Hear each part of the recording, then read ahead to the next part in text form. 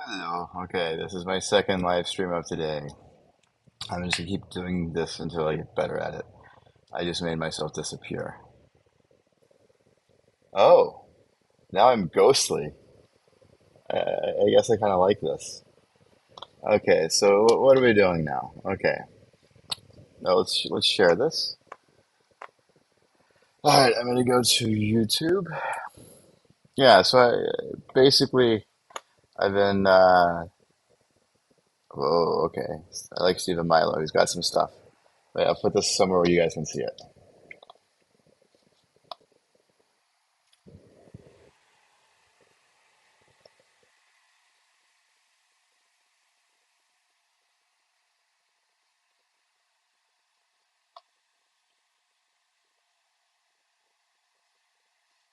Here we are live.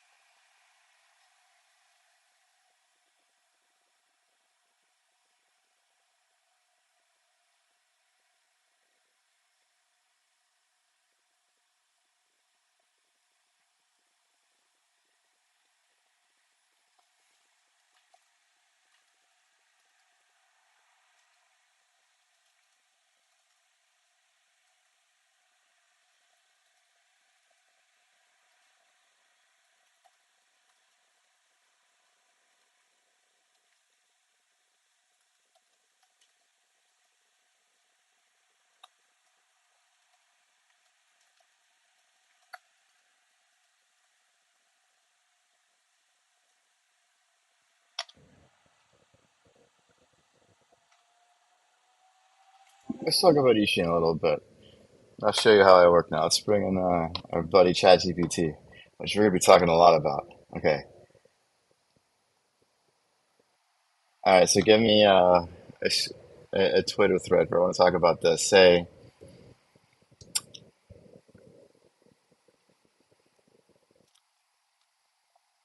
so today, my friend Ishin and I came up with some video ideas that we're going to do.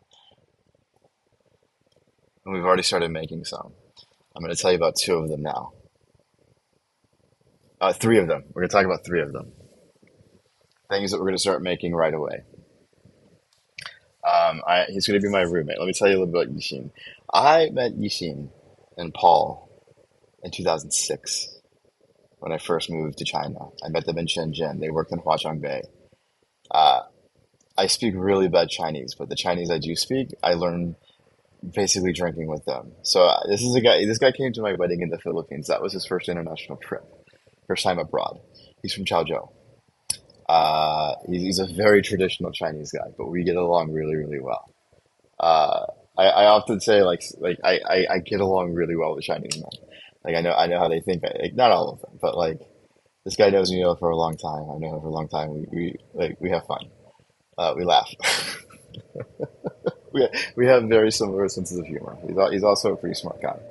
Um, but like he was also in a not great situation in China. He's owed a lot of money. He got hit really hard by the economic downturn that happened with COVID. He had his own factory, and he's been trying to restart life in Bangkok for the last 3 years. And now he's got a green energy company. It's called Suntech, and he's trying to sell solar panels. He's inverters, batteries. Like it's really cool. Like I've sometimes thought I should be a salesman, and if I was going to be a salesman, I would love to sell green energy, and I think that's what we're doing. That's what he's doing here. Um, okay, because we're doing a stream, I'm going to stop there because here's a tool. Okay, so I usually use Mac Whisper if I'm taking long notes. It's not 100%. You have to like test the volume, especially if you're using it on, with AirPods and such. Um, but my experience, okay, one second. Okay, let me show you how I'm doing this prompt. Wait for more. This happens sometimes where I'll be doing stream of consciousness. Like, let me tell you another idea I have. Like, I want to kind of write like an autobiography, but I want to focus mostly on the cities that I've lived in, or the cities I've spent time in. Like, I spent 4 years in Shenzhen, 6 months in Qingdao, 13 years in Hong Kong, 7 months in Chiang Mai, 1 month in Chiang Rai. Like I've lived a lot of places, uh, and I took notes. I took a lot of pictures. Like also my last night in Chiang Mai, I took about an hour of notes about just like what my experience was there. Um, okay, anyways, so I was just using ChatGPT's Whisper integration. That's what this part is called. Okay, this is important. Okay, we're gonna start learning how to use AI tools. I'm gonna teach you guys. Um, all right, should I let it finish? Sometimes you want to let these finish, right? Like sometimes there's a stop button, but like no, no, no, no, no. Um,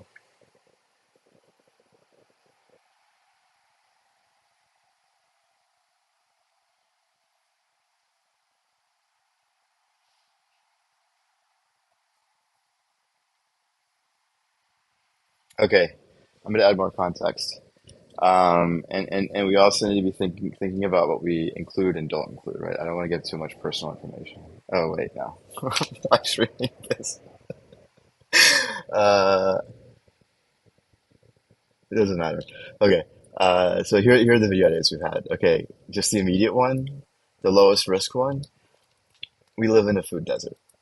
There's no restaurants. Like you have to walk 20 minutes for a restaurant. That's about like let's say 25 minutes round trip.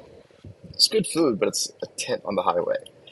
The closest eating option is 7-Eleven. It's about a 15-minute round trip walk away. Anyways, the way it's gonna roll here is like Yishin is a really good cook. He's gonna teach me how to cook some of my favorite Chinese dishes, and I can cook some of them with like a pressure cooker. But there's no pressure cooker here. I gotta learn how to cook the real way. And maybe also some Thai dishes. And I think it's a good video series because I'm very clumsy and sometimes like I'm really smart, but it's sometimes hard for me to learn things. So that one's gonna be comedy gold, and we can get started making that right away. I've got a little DJI Pocket too. Need a tripod, but otherwise we have the equipment for that, and we have to eat, and I have to learn how to cook because right now this guy's being my personal chef. That's got to change. Yeah, he's letting me stay at his house for free, and he's cooking for me. No, no, no, no, no. Like I have to start cooking some dishes too. He's got to teach me though. Um, I can also teach viewers some Chinese. I'm very low intermediate Chinese. I never formally studied, but I know my way around the language, and and I'm actually practicing a lot of Chinese here. Like I'm being forced to speak it, and he wants to learn English. That's not a video series yet, but we can integrate that with the other ones. By the way, we want to make the videos like trilingual, English, Chinese, Thai, because we can translate them so easily. Um, like right, a lot of this is like I'm just showing you guys what I'm doing with the AI tools. Um, Let's see other video. Other video tomorrow morning. We're gonna do our second live stream of basically I invented my own dream job. Like I'm consulting him. I'm using AI tools to consult him to reboot this business. He is an excellent salesman, but like he's in a new environment. He doesn't speak Thai. He's kind of all by himself out here. He's got his network. He has his old ways of doing business, and he knows he needs to innovate. He's open-minded, which is awesome. It is exactly the kind of client I would be looking for. And I can even show him that with these tools, we can get over the language barrier. Like we can share very complicated ideas. Like there's actually a depth to a relationship now that we didn't have before. Um, okay, so among the things I did for him was that in Claude, because this is partly a review of Claude. That's what we're talking about. That's what this is. It's a review. I don't think I made that clear. Let's see if there's a market for a stream of consciousness. A middle-aged guy in Thailand who's trying to turn this into a job. Okay. Um, oh man. Okay. So there's the food show. We're talking about me helping him with his business. Yeah. So I created an expert for him because I've like stepped in. I volunteered myself as his consultant, but I think he likes the ideas. And I'm trying to tomorrow, like today, he talked to, I named him Mr. Guru. Mr. Guru is a combination of two personalities I had Claude Sonnet 3.5 create. Okay. One was someone who was extreme. I think they were a business professor who studied Chaojiao business culture and immigrants in Thailand, right? Like I created someone who had a PhD in like exactly what my friend is doing, right? Who had a lot of really smart things to say, right? Create interesting characters. You can do interesting things. And the second one, if I remember correctly, was just like somebody who was a marketing guru, knew a lot about like online advertising and TikTok. Oh, and I forget which one also happened to be like an expert on all things green energy and solar panel, but also all the consumer habits and preferences of Bangkok people. Okay, and I smashed them together, and so I made him a consultant. Um, we can talk about why. I think it's useful to create these personalities. There has been some research that can dig up that says they actually are less accurate. They give worse answers than if you just use the base model, and I agree with that in principle. What is the best answer? I think when you have these things take on a persona, you see them as a little bit more human in the sense of, you know, they can make mistakes. They're coming from a perspective like, oh, like, oh right, that's what someone called the guru would say. Of course, they're wrong. I find the information more useful. I think that's what I'm trying to say. We're playing with magic sand here, okay? Like you can make, you know, little creatures. You do whatever you want, right? Whatever works for you. I'm just gonna show you how it works for me, and I want to build Discord communities where you show me how it works for you. And if I find it useful, I'm gonna borrow it, and you guys can see how I work, right? I can't see it yet, but I've been doing a lot of interesting stuff with LLMs. Yeah, we're talking about the videos. Okay, so I have two other video ideas. I want to build a game with my daughter. It's called Raven, but I'm going to put that project on hold, as was the idea of building a weather app for Chiang Mai. Because what's happening with Yixin is this is like, look, I'm gonna live broadcast helping this guy with his business. Uh, we're going to be doing like a marketing campaign. He's got an LED sign by the highway. It's like I think it's 800 by 800. So we're gonna find a way to put an ad there. We're gonna like start shooting videos together. Like he oh okay. There's other stuff there we can talk about later. The videos I'm gonna make. Okay, the other one we both agreed on is we both have had this notion of a Thai lifestyle channel. Right? What do I mean by that? Meaning, like, I'm a very big proponent of Thailand. I think if you can do it, you should probably move to Thailand. I've lived in a lot of places. Thailand's really nice. Specifically, I think you should move to northern Thailand, but that's not where I am right now. I'm in Bangkok. And what Bangkok has is a lot of housing. And I think that's the first question people have, because that's the biggest expense most people have is housing. And what I want to show people, okay, so before the idea was, how can you know, if you had $60,000 a year US, like how could you live like that? And the answer is like you'd live like a king almost, right? You'd have like much better housing than you have in America or the UK or Australia, much higher quality of life. And so we're going to start doing that. I have so many ideas for that channel, but we're going to start doing that by showing housing, right? My friend has a car, we can drive around, and show you like, okay, 40,000 baht, that's about 1,000 US a month, right? Let's show you what that gets, right? It's really nice housing. Maybe we can explore the neighborhoods a little bit. Um, I'm a critic of Bangkok. I miss Chiang Mai, so maybe that's one angle to this. I can be a neighborhood critic of Bangkok and compare it to other places I've lived in Thailand. I also really love Chiang Mai. Um, okay, so that about covers the videos. Let's talk about what I'm using at where and why. Um, I don't. I I use ChatGPT 4.0 now as an afterthought. I use it for a lot of translation. I use it for doing speech to text. I use it as kind of a note-taking app. I really like the web search feature. I don't use the pictures anymore. We can talk about that for a minute. Like OpenAI. Let's see if we can pull up some pictures. Oh my God, you guys are looking at the worst thing imaginable. I'm not showing you anything. This is. Have I been really showing that the whole fucking time? Are you kidding me? Oh my God, this is the worst live stream. You guys have been looking at butts the whole time, and I've just. Okay, this is hilarious. I am so sorry. I did not know that's what you were looking at the whole time. I thought you were looking at black. Uh, Okay. Also, this is what I do with my students. Let's do that for a minute. Oh my God, this is so embarrassing. I gotta recover. I'm just gonna cut it later. No one has to see that. How long was that up for? Was anyone? No, no one's watching. Only two people. That was so bad. I was sending something on Twitter.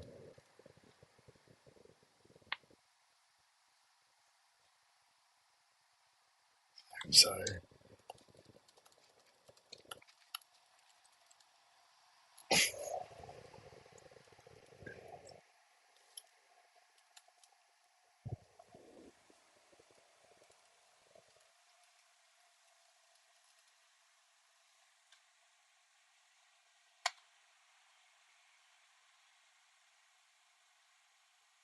Okay, so what am I doing now? Okay, wait, wait.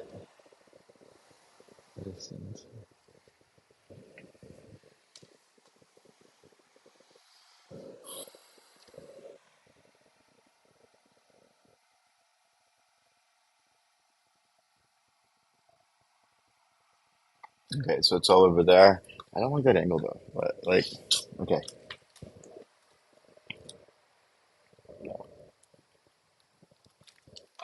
all right. So I am recovering from a really stupid mistake where I was showing the wrong thing on my screen. All right, what am I showing you now? I'm showing you um, a dialogue box within Mac Whisper. I take a lot of long notes. I was just taking a note of I'm writing tweets, talking about my friend Yishin and the videos we're gonna make. And I've just covered some of them. I don't want to give away all my ideas, but we're in a fundraising stage. Tomorrow I'm going to set up some Patreons. Okay, so this gives you a good idea of like what I'm using Mac Whisper for. I recommend it for everyone. I think it's like 30 a year. Let's go look. Let's look while it's doing it. So I'm using a medium-sized multilingual model because I had a mistake today where I asked Yushin to record into it, and it was set to English, which it never is, but it was for this, and it shot back. Like it shot back like speaking in English. It's never done that before. Before it always recognized different languages. So I have to be careful now. But yeah, so you can just kind of see the speed it's working at. So it's transcribed 17%.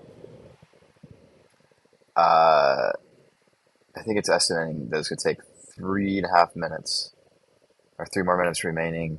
It's a 10 minute. Like I talked for 10 minutes. I was taking notes. Um, Ooh, minutes later.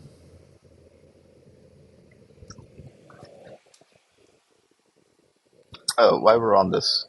No, we're not doing that. What was I doing? Oh yeah, Mac Whisper.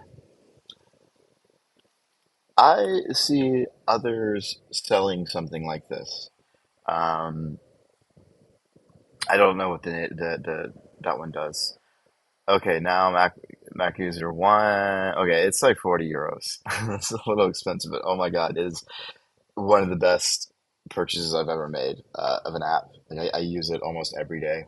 It's been really good for complicated problems. How have I been using ChatGPT lately?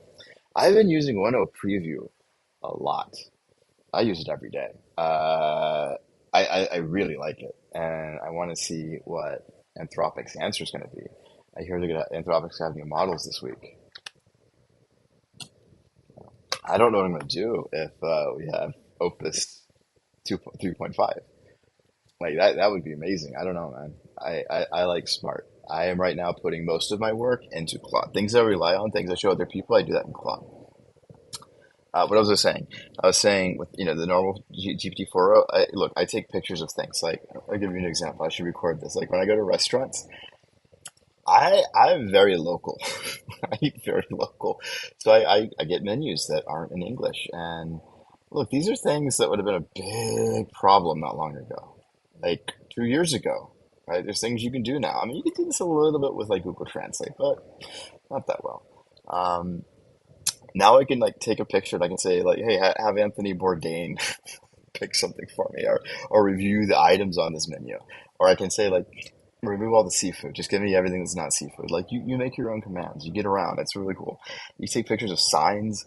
um I take pictures of people's phones sometimes, like, and just like I mean with their permission, but just look, the OCR plus AI, look, Claude can do it too, but I don't use the Claude iOS app that much. Like sometimes because it's a better interface than the web on iOS, which I was using for a while. But I think it's like a massive downgrade that they don't have Whisper or something like Whisper. Like that's what I'm, using now. Mac Whisper, they're showing me. Okay, so here's the text. I copy it. Add something in ChatGPT. There we go. I was finishing the thoughts. I'm just using 4.0 for this one. Yeah, I throw complicated tasks at.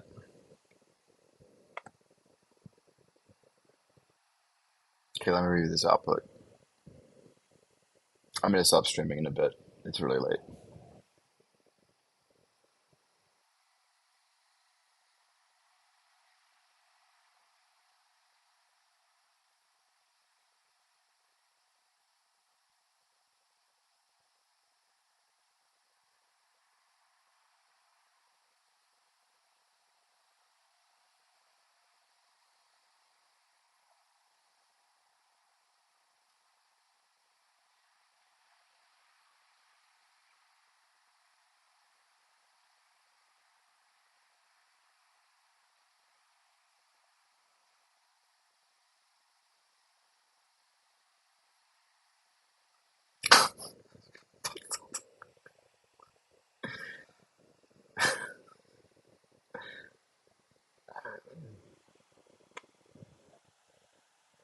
Okay, what is it missing?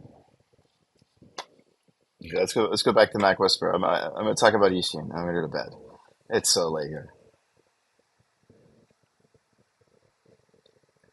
So Ishin, I hadn't seen this guy in 6 years at Paul's wedding. Paul's Haka. These are my two best friends. Here's a backstory. Okay, so I was an English teacher in China. Came out there in 2006. I started in Tianjin, was there for a month, and then I moved to Shenzhen. I got married within about 18 months. But before I met my ex-wife, I met Paul and Yishian. And my roommate Cody brought them home. Cody was a girl from Montana who went to a university in Hawaii to study fashion design. And last I heard from her, she was living in Ecuador. She was so freaking cool. And she was my roommate, and she brought these guys home. It's like she just generally had good taste in people. And I'm like, okay. And I still don't know exactly how to describe it, but like, look, we were like white people in China, in Shenzhen, in 2006. Like, we were still, people would stare, right? Like, people would pay attention in a weird way. Like, people would shout, hello, at me on the street. A police officer did that. That's when I said I had to leave. That was after 4 years. Um, but they lived in the same neighborhood I did. It's called Baishijo. Pull up on a map. Let's actually see if we can find pictures. I can pull up my picture. Let's pull up my pictures.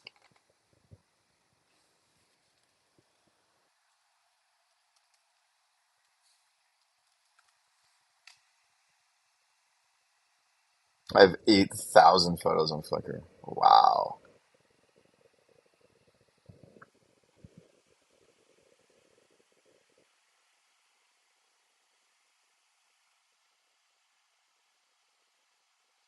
These are the boys. That's Paul. That's Yishing. That's Kun. I don't know who that is. That's Paul. That's Yishing. Holy shit, I haven't seen those guys. He stayed in Shenzhen. Crazy story. He was my Spanish professor at university. Uh, it's Ben. It's Jeannie. Haven't seen them in years. I'm looking for photos of Baishijo. This was near Baishijo.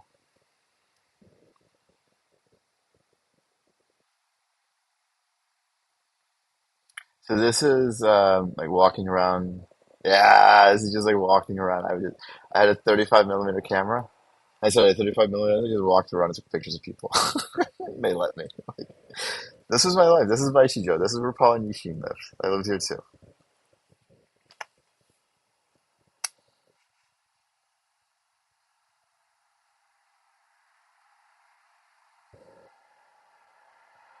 Just yeah, just people would let me take pictures of them. This is where we live. This is our neighborhood. You could do that kind of thing when you lived in China back then. You could just walk around, take pictures.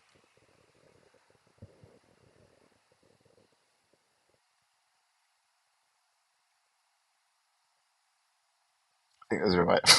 Ah!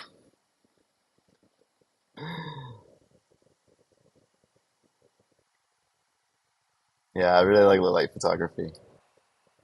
That's Tianjin, Tianjin, Shenzhen. This was a neighborhood that was getting destroyed. It's where one of the CBDs is now. I went through there with Jesse Warren. There's Jesse Warren. We went to Taiwan by boat from Fujian, which is near where Yixin lives.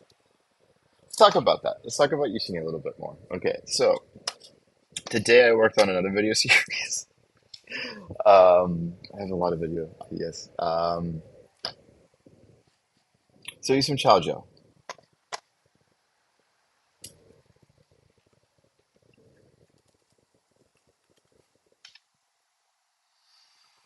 This is Chaozhou. Oh, he took me to that bridge. Okay, here it is on the map. Okay, Li Ka-shing, richest man in Hong Kong. He's from Chaozhou.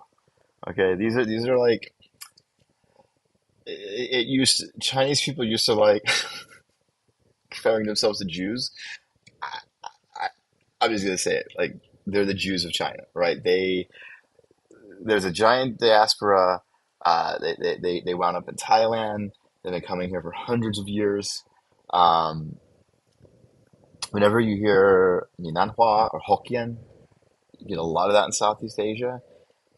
His city, they speak a dialect of that. Okay, and it is if you look at this map, right, it's in Guangdong, right? It's in Guangdong, Guangdong to Canton, right? Cantonese. They don't speak Cantonese.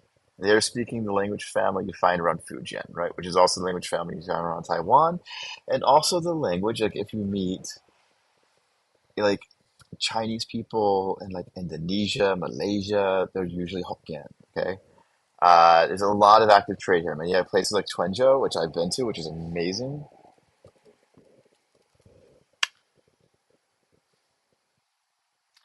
Arabs used to come here to trade. This used to be like a port before. I need to work on the history of this.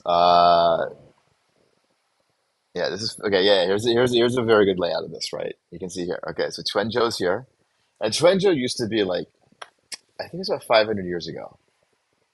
If I'm not mistaken, if I'm not mistaken, this is where Zheng He left from. Might be wrong. Okay. Uh, Beautiful place, great tea nearby. Used to have Arabs. Guangzhou used to have Arabs too.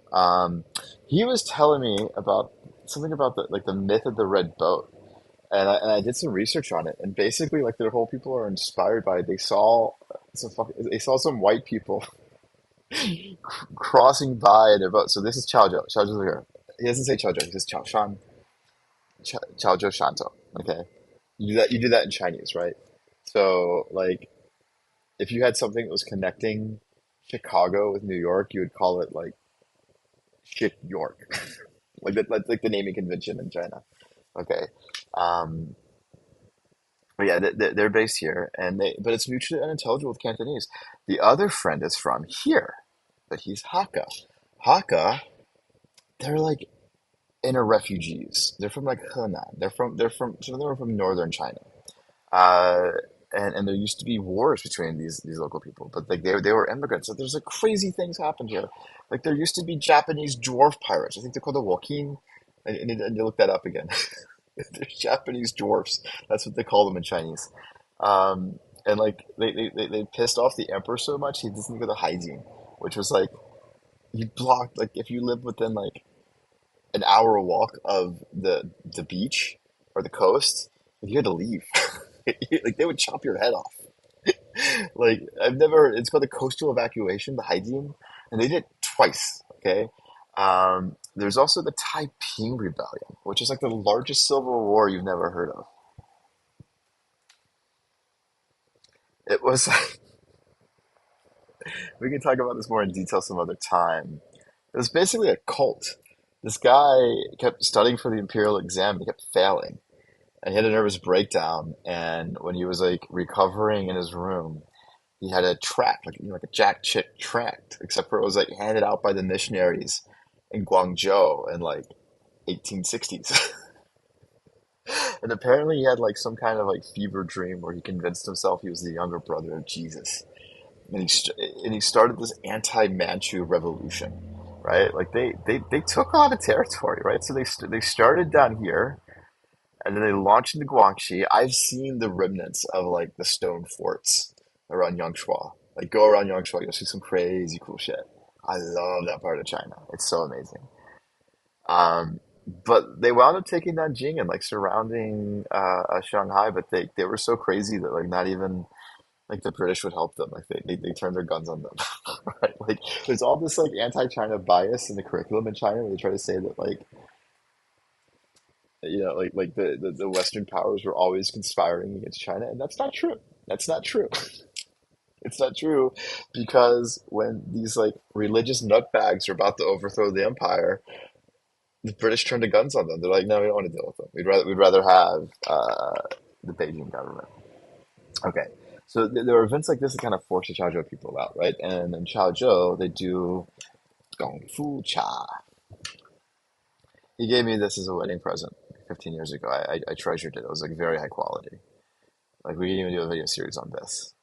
Like his business, right? They don't really have a showroom. Kind of, not really. It's not a very good showroom. What he has is on the second floor, he has a tea room. Come, sit, drink tea, caffeinate, talk about things. He doesn't like coffee. Uh, but yeah, like Chaozhou is like famous for this. And they drink really good tea.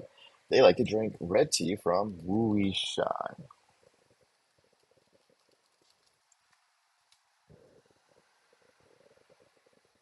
All right, I'm actually gonna stop here. Tired. It's 1:30. Anyways, yeah, I will be maybe cutting some videos from this. Um, we're gonna do a live stream in the morning. Look, this is just a practice run with the hardware. We recorded this morning and the audio fucked up. Hopefully the audio is not fucked on this. I know no one's watching, but I'm practicing. I'm learning how to do this on my MacBook. I need to buy a new mouse tomorrow. I want to cut this up with and make TikTok videos and stuff. All right, bye bye.